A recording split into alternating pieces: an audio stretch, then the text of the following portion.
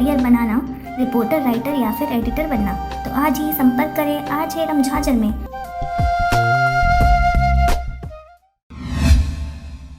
खबर है लोरमी क्षेत्र का। अयोध्या राम मंदिर निर्माण की भूमि पूजन को लेकर पूरे भारतवर्ष में उत्सव मनाया जा रहा है। भारत की आस्था का प्रतीक भगवान राम मंदिर निर्माण की खुशी पूरे शहर से लेकर गांव तक देखी जा सकती है।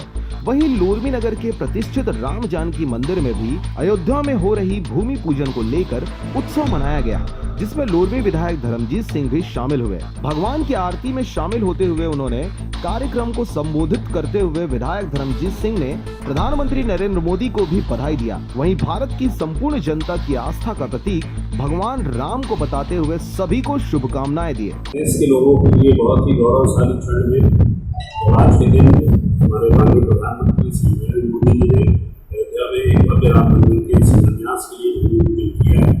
राम हमारी आस्था के केंद्र है, हमारे आराध्य है और मुक्ति के दाता भी श्री राम है।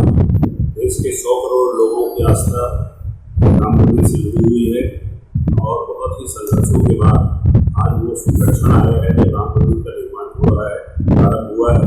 इसके लिए मैं सभी त्यागी और वंदानियों को स्मरण करता हूँ जिन्होंने अपनी आहुति इस आंदोलन में दी है।